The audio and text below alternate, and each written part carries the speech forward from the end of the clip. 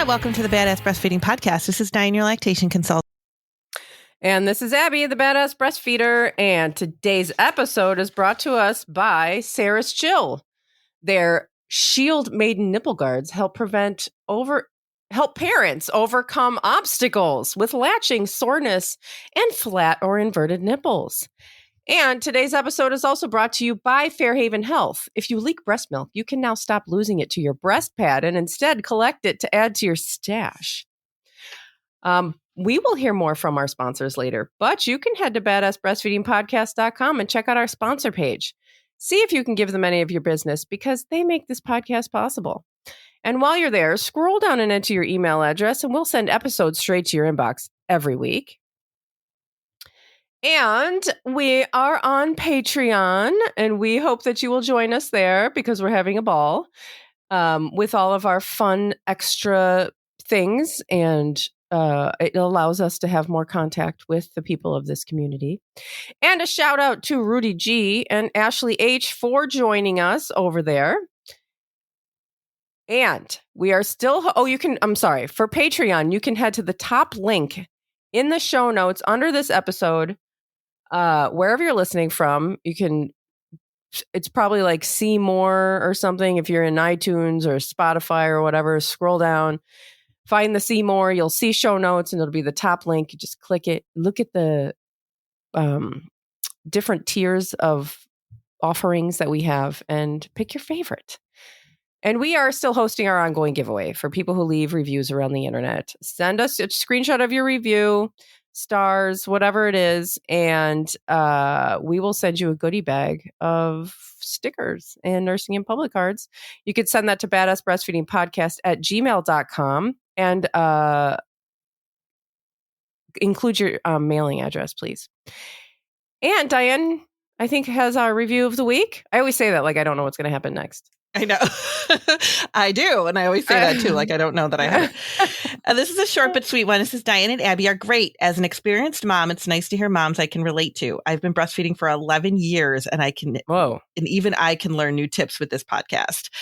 I would love to know what the hell we're teaching her because I think she could probably do this podcast without a problem. Teach us something. Yeah. She could absolutely teach us something. She's been breastfeeding for 11 years. So that is amazing. And thank you so much for I would love to hear that story. Out. If you can send us, if you're interested in sending us your story, I would love to read it and maybe put it on social media or read it here. 11 years. How many kids is that? We don't know. I know. Could be a bunch. I would love to know. A couple. Yeah. Yeah. Send it to us. We'll put it up. Yeah. If you're listening, hopefully you're listening. And like your like top tips or like things you've learned. That's awesome. I would love to know that. I know. Maybe she can talk to us about hunger cues. Yeah. Tell us what those are because I still don't know. Even though we're going to do a podcast about it today. But, you know. Well, yeah. I don't know anything about this topic. Listen to me. But I always found that, are we ready to go? Are we ready to go in? Do you have anything else? Yeah, no, okay. We're definitely ready to go in. Okay. I always found that to be like just very confusing. Mm-hmm. Because most of the time we just don't know what our baby wants. We're like, what the hell is wrong with you? And the only way they communicate with us is by crying, right? Like they cry, which communicates to us. And cues are, people always ask, like, what are hunger cues? And as like being a lactation consultant for so many years, this is one of the things we teach is the hunger cues, because there are very specific hunger cues, but those same cues mean other things too. Yeah. So it's very confusing. It is not a clear cut, like if your baby's doing this, that means they're hungry. Like it doesn't work like that. Yeah. At least I've never found it to work like that with most babies. I mean, babies are all different, but it's very confusing. Yeah. And this actually came to us from somebody sent a message over Instagram asking us to do an episode on this. And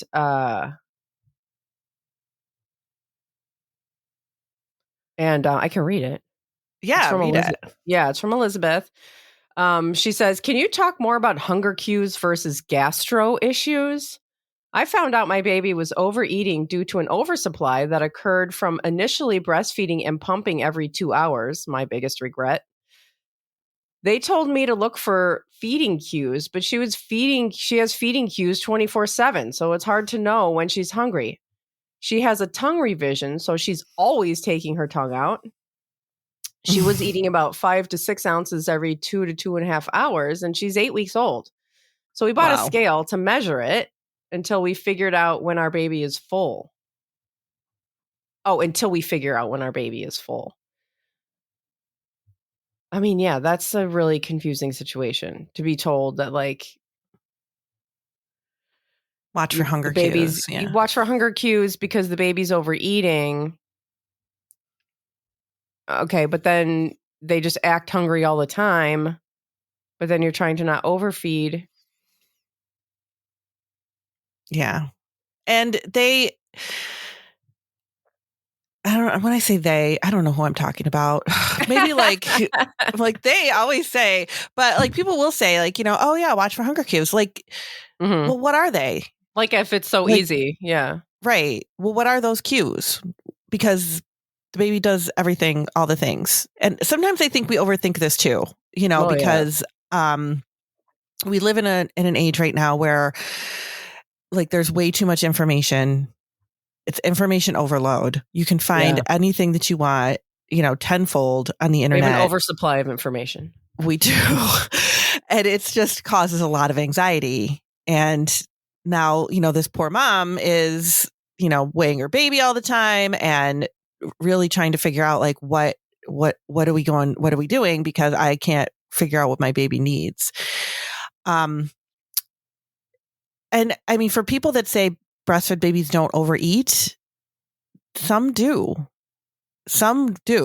And that is because, it's very comforting to eat. Mom has an oversupply. It is very comforting for them. It is very soothing. They want to be on the breast all the time, and they're getting milk that they don't necessarily need, or they're being flooded with milk that they don't necessarily need if there is an oversupply. And I honestly, like I was saying this, I was in Babies and Bumps in Buffalo last week and was talking about this in my seminar that, I mean, babies they just do all the things, right? Like, and we don't know. Sometimes it's really hard to tell. Sometimes those cues can be really, really hard to determine what it is that they're doing. Yeah. And babies don't necessarily tell us very clearly sometimes. And I see oversupply more than I don't have enough milk. Honestly, like if we're being honest about it, oversupply is more of an issue because people are crazy about pumping right now. So this is not the situation that Elizabeth is talking about is not uncommon at all. Yeah. And yeah, babies do get uncomfortable when they eat too much, just like we do. And now we got gastro issues. I mean, sometimes people message with like just insane amounts of milk. They're like, I used to get like 12 ounces when I pumped and now I'm getting 8. I'm like that. What? No, that's too much milk. It is a lot of milk, and babies don't need that much milk. No. An 8-week-old does not need 5 to 6 ounces every 2 hours. But if she's showing signs to nurse, and when they're that young, they'll always go on, right? Like they'll always go on the breast. Totally. Yeah. So, I mean, it's comforting, especially if you're not feeling good from being overfed. Well, yeah. And then we always say like comfort nurse. You should totally comfort nurse. You should comfort nurse all the time. Mm-hmm. Just breastfeed on demand. And that can be hard for a baby that's overeating. Right. So then what do we do? Yeah. So look at your baby as an individual. One of the things that I heard from a family not too long ago, which I thought was great, was their baby was putting their hands in their mouth all the time. And the mom said, I know that's a feeding cue. My baby does it all the time. So I'm really learning to know that when they do that, that doesn't always mean they need to eat. And a lot of this comes with learning your baby. So sometimes we just need to take a step back and stop reading all the things and stop looking at all the things and just look at our baby and really learn what our baby is doing. And I know that's like so easy for me to say because I already know, but sometimes it's just really hard because our babies are so individual and the things that we're reading are very like not individualized. So we really have to like look at what our baby's doing.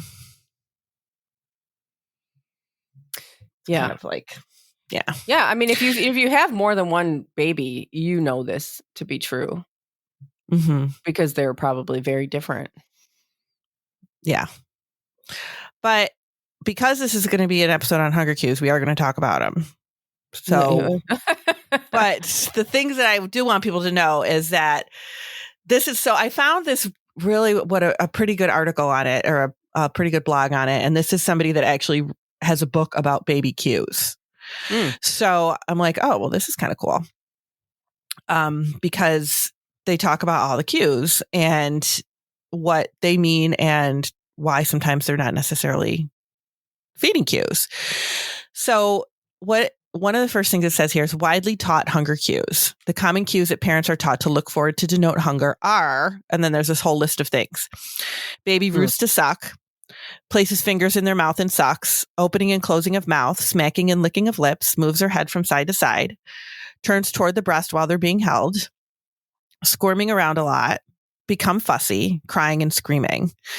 Now, I will say these are the majority of like feeding cues, but there's definitely baby situations. Behaviors. Exactly. And that's what this is going to go into. That's what their day is. If there was like describe your day. That's what their day is. They're like smacking my lips, licking my lips, crying, turning my head. I mean, like, you pick up a baby. You don't even have to be or brush up against a baby's cheek. They're going to turn towards it. And this is what I usually try to tell people, like the baby roots to suck, the rooting reflex, that is a reflex. And yes, it is there for survival for infants so that they're looking for the breast and they're trying to find the breast. But what do we know about reflexes is that something is going to stimulate that reflex. And what stimulates that rooting reflex is if something touches their cheek. So you could have a baby completely, totally fed and you swaddle them back up in their blanket and that blanket touches the side of their cheek and they're going to root towards it. Or you're holding them and your shirt touches the side of their face and they root towards it. I mean, but this is stuff people don't know, right? Because you have like Grandma Moses who's holding your baby and her shirt or her sweater or whatever touches the baby's cheek and the baby roots towards the breast and the grandma's like, oh, I don't have any milk. You better go to your mother. Your baby's hungry. The baby's hungry. And it's like, no, this isn't necessarily what's happening. The baby the suck reflex or the rooting reflex was stimulated. That's all. Doesn't mean the baby's hungry.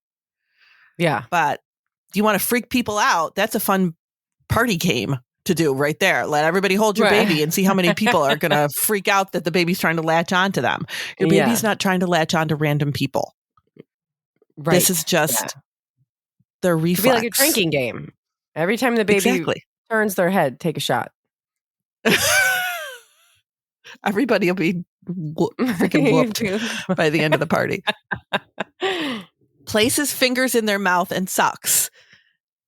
I mean, that is just something that all babies do. And one of the things that I try to tell people when I'm talking about hunger cues, like in a class or something, I'll be like, do you have ultrasound pictures of your baby with their hands in their mouth? I was just going to say that. They do that in utero. Yeah. Yeah. And most of them will be like, oh, yeah, I do. I'm like, then that's probably not going to be a feeding cue. That's a comfort thing that babies do. Babies like to suck. So, and it's very comforting. It's very soothing. We know that. So if they're sucking on their fingers after they ate, that might not necessarily be a hunger cue because it's something that they're just doing.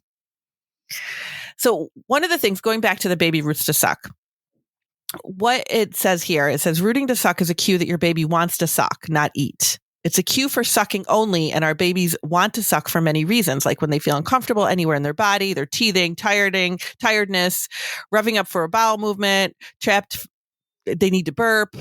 While their roots to suck reflex is beneficial for feeding and for them finding their way to food, it is also about enabling comfort for them. It is their natural method of self-soothing. So we can't always say, like, if your baby's rooting, that means that they're going to need to eat, because it doesn't necessarily mean that. Their fingers in their mouth, same thing. All newborns suck their hands in the womb.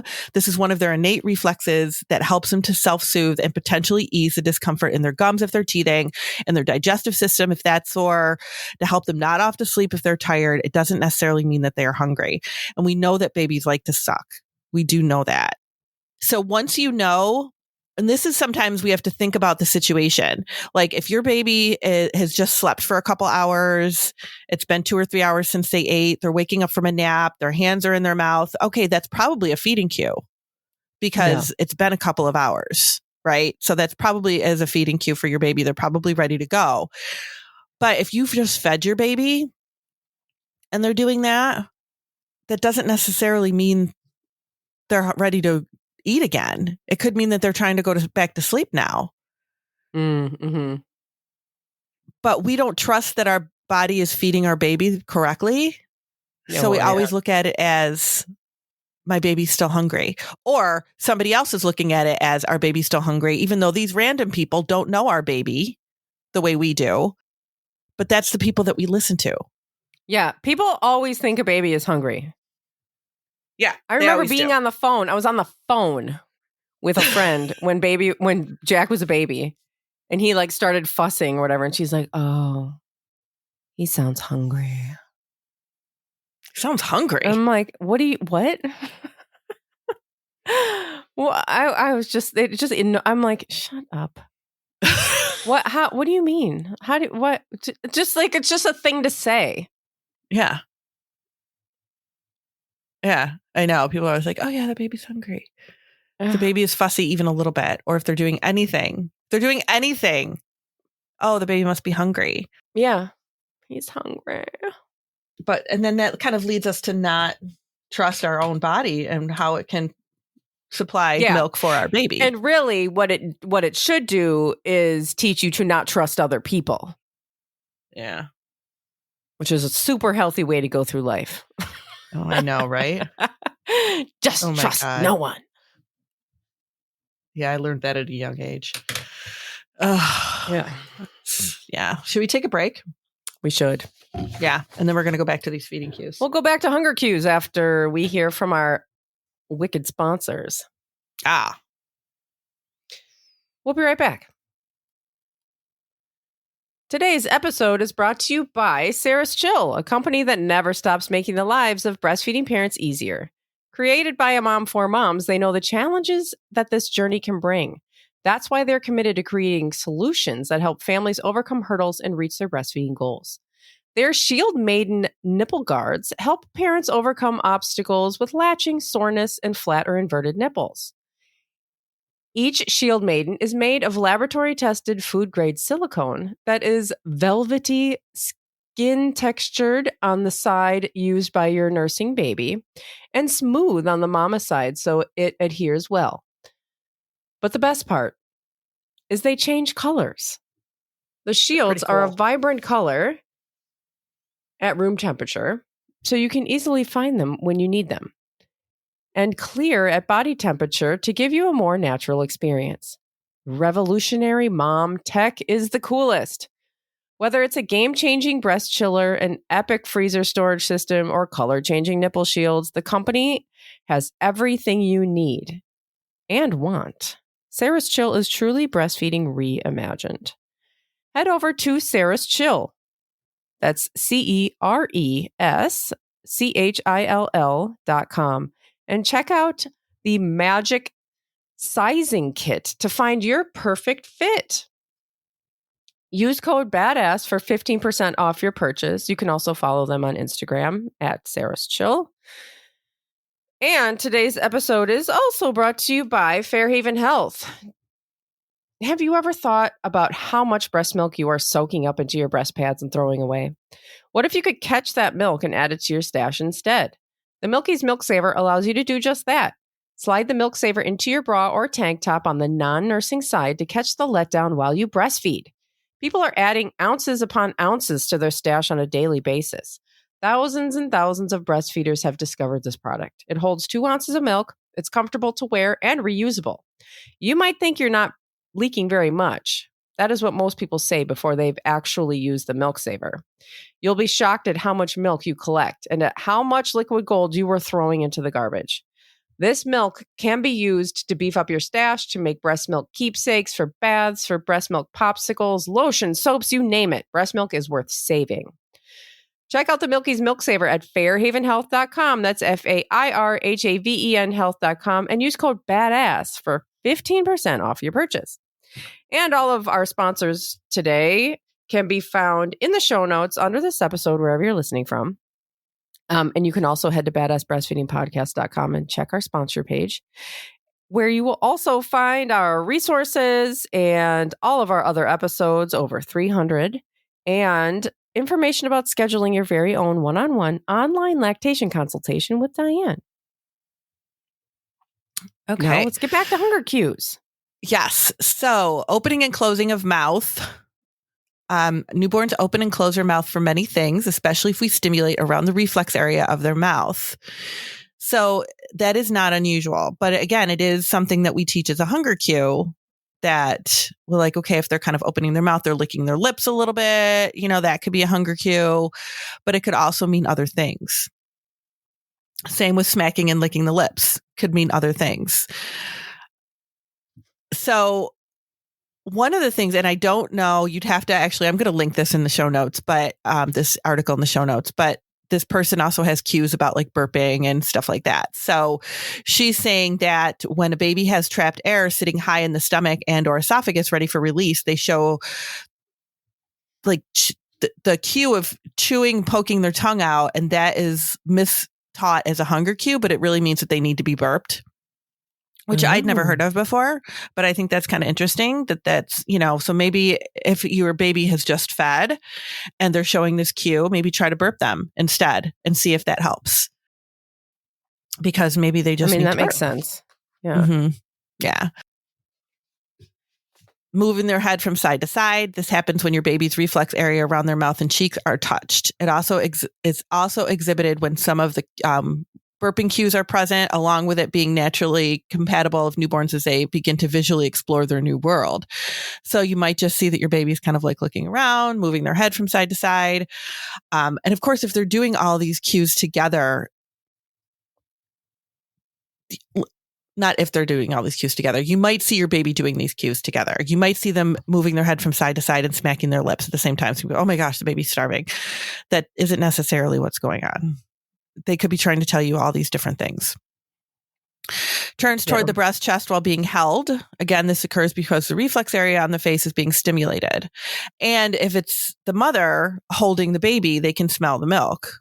So they may turn toward it, but doesn't necessarily mean that they're hungry. Again, if it's been a while since your baby has eaten, then we know that that's probably a hunger cue, right? If it's been a couple of hours, even if it's been an hour and a half, that could definitely be a hunger cue. But if their baby is doing any of these things right after they eat, it doesn't necessarily mean that it's a hunger cue. Well, it's the same Squirming. thing. Oh, sorry. Go. It's the same thing that we talk about with like bottle feeding, because babies are continuing to act like babies after they eat. And so then we're like, oh my God, they're still hungry because they're still doing all of these hunger cues. So let me give them a bottle. Oh my God, they ate the whole bottle. But a lot of that stuff is just, it's involuntary. Right. They don't have control over it. Yeah, right. They're just doing it because their body is doing it. It's not in like reaction to something that's happening within their body, like hunger. And you know what? We might have to do it. I know a long time ago, I think anyway, maybe I'm just making it up. We did an episode about how bottle feeding is actually not easier for babies. And I hear that all the time. People, in fact, I had a client that said that to me just yesterday. She texted me because the baby's struggling at the breast. And she's like, but he'll go take the bottle because it's easier. No, it's not. It's actually not easier. And that is such a misconception that bottles are easier for babies. Just because they take it does not mean it's easier for them. And maybe we should maybe do It just another means it's episode in their about that mouth. again. Yeah, that's all it means. But physiologically, it's more difficult for them to do. Yeah. So, but it's reflexive for them to suck on a bottle. So if we put the bottle in their mouth and we leave it there, then they're going to suck that bottle down. But what I do find interesting is that all babies do these cues, all of them. But if you're bottle feeding and you gave your baby a bottle and they're doing these cues, we don't go, oh, they're hungry. Right? Like, because we know we just gave them a bottle. Yeah. So we can see with our eyeballs exactly how much they ate. Right. So it's really only like we just don't trust the breastfeeding. That's really what it comes down to when it comes to these cues, is that we're not trusting that our baby is eating enough. And then in a situation like Elizabeth, her baby was eating too much. So now what do? Now you follow the feeding cues. Well, how do I know what the feeding cues are? We have to really watch our baby, and just really trust the fact that we know her baby's getting milk. We know she is.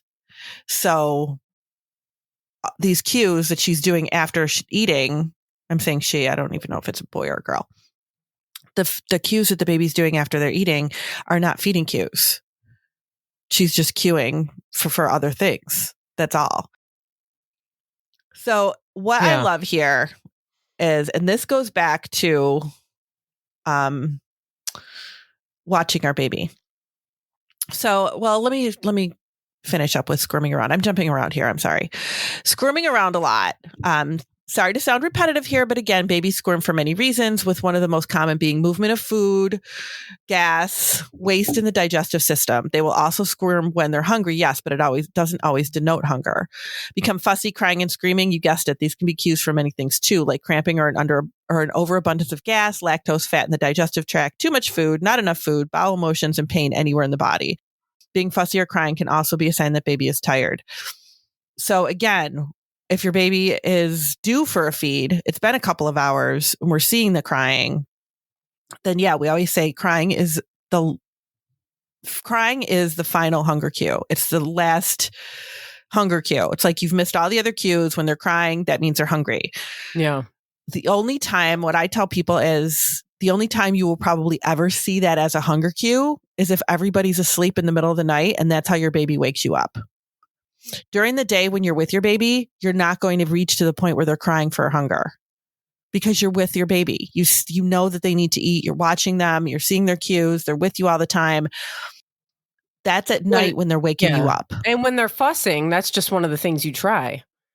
Right. You're like, oh, they're fussy. It's like the first thing you try. Right. Oh, let me try nursing you. Let me latch you on. And then if they don't, if they continue squirming, then you go to all the other things. Exactly. But just because they're crying, like if they're crying after a feeding or they're just crying randomly between a feeding, that doesn't necessarily mean they're hungry. But everybody always goes, oh, your baby's crying, they must be hungry. Not necessarily. That does not mean hunger. Crying is the last cue for hunger. So how can you be confident that your baby is having enough to eat, that they're crying, rooting to suck, shorter sleep cycles are not about hunger? So this is where we get into the meat of it here. How to tell if a baby is hungry. To be truly baby led and take the pressure off parents to get the cues right, it's time to change our rationale and base our decision on the firm foundation of digestive biology and its development, along with watching how a baby is feeding to diagnose if they are hungry or not. By do this, we embrace an approach that is genuinely, holistically, and legitimately baby led, rather than perception led as all the cues above are. So here are the 4 things I watch to ascertain whether a baby's symptoms are from hunger or digestive overload. For the baby, the suck-swallow ratio when breastfeeding. Amounts when bottle feeding are conducive to a healthy growth for their age, which means you're pace bottle feeding, which means you're not overfeeding by bottle. Number of wet and dirty diapers during a day, and weight gain. But we tend to not look at any of those things. And those are the things that really tell us if our baby is doing okay. And I rarely find families that really know how to watch a baby's feeding, like their suck swallow ratio.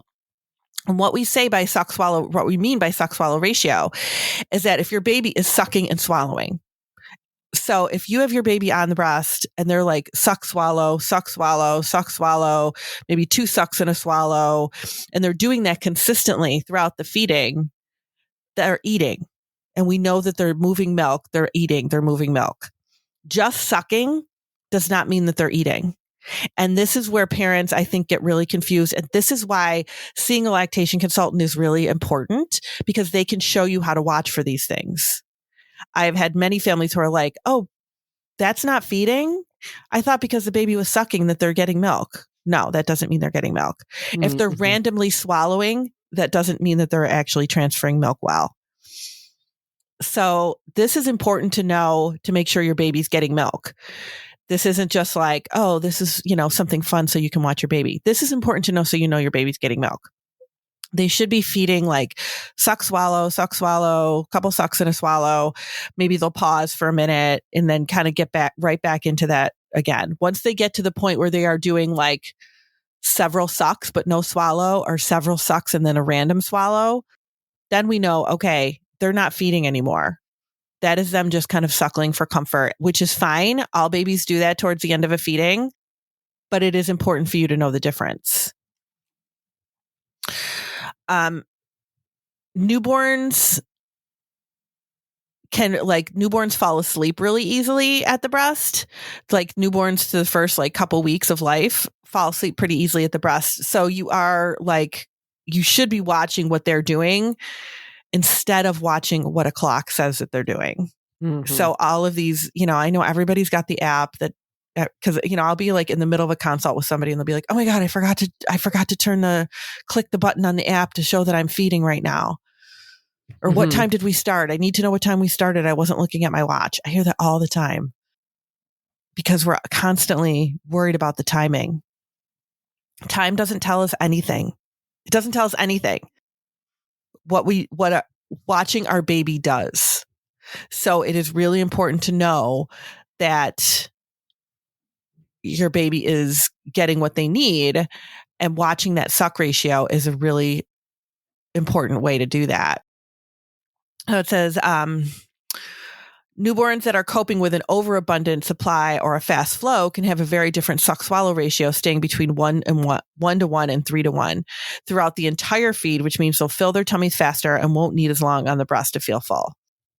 So do get to know your baby's suck-swallow ratio and know that it can change throughout their ages as they become more efficient and your hormones also change. So this is a really important point. You should really kind of learn, and this is what we mean by you're getting to know your baby. You get to know your baby really well when you're breastfeeding because you are really in tune with them. So in the beginning, it can feel really confusing, but as you're going along, you're going to know a little bit better what your baby is doing.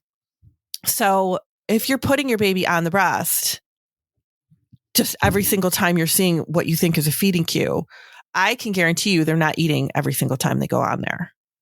They're just kind of doing some suckles, some pausing, the little suckling. That doesn't mean they're eating. That just means that they're comfort nursing, which is fine. But if you do have an oversupply of milk and that milk is just flowing at them constantly, then they're going to be overfed. So amounts when bottle feeding. Nature's biology has our newborns and infants being birthed with stomachs that are around a certain size at each age. Knowing that you are feeding to these amounts in accordance with their digestive function, so every 3.5 to 4 hours for those amounts to be broken down and absorbed in a healthy manner, gives you certainty that baby is not feeling hungry. So bottle feeding tends to go slower. When I say slower, I mean there's longer time between feeds, I feel like. Mm-hmm. You know what I mean? I really feel and I'm just saying this just from not my own experience, since my babies were at the breast more than I bottle fed because I was home with them, so I didn't have to bottle feed. But when you are bottle feeding, babies tend to go a little bit longer in between feedings because babies aren't taking what they want. They're taking what you give them, which is usually a little bit more than what they would take if they were at the breast on their own. It's usually more. Yeah, which is why she said 3 to 4 hours in this one. Yeah. Then you're watching diapers. And this is something that I think parents don't necessarily do enough of. Because if your baby has really good wet and dirty diapers, we know they're getting what they need. But we tend to still question our milk supply, and we tend to still question baby hunger cues, even though wet and dirty diapers are fine. And we still go, oh my gosh, I don't know if the baby's getting enough to eat. The baby always seems hungry. If they're having good wet and dirty diapers, they're getting what they need. So we don't need to worry about that. Same with weight gain. If they're gaining weight, they're getting what they need. And we shouldn't worry that they're going to the breast too much or too little if their diaper output is good and their weight gain is good. So it is really important to kind of watch all of that stuff.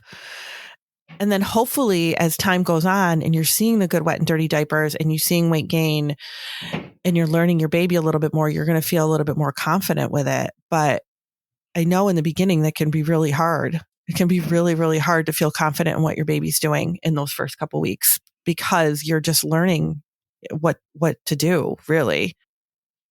And that can feel really confusing. And so is your baby. So they're fine. Mm-hmm. I mean, like, they're okay. Yeah. Just because you feel a little confused or very confused, it's going to be okay. Yeah. I mean, you're definitely going to get it. Because you're going to start to learn them really well, but try to stay away from really concentrating on, oh my gosh, is this a feeding cue? Is this not a feeding cue? Because they do cues for different reasons all the time. And it really is confusing if that's the only thing you're looking at. So try to watch what your baby is doing, and that will help you to kind of tell a little bit easier, like if their baby's hungry or if they're not hungry. Well, that's kind of it. I mean, I know I don't know if this was helpful. I really hope it is in some way, shape, or form. But it can feel a little bit confusing. But as you're doing it, it's going to get easier. I promise. Yeah. I mean, it's such a hard thing. But you'll get it. You're going to get it. Mm-hmm. You will. Thanks for listening. For sure. Thank you. Bye. Bye.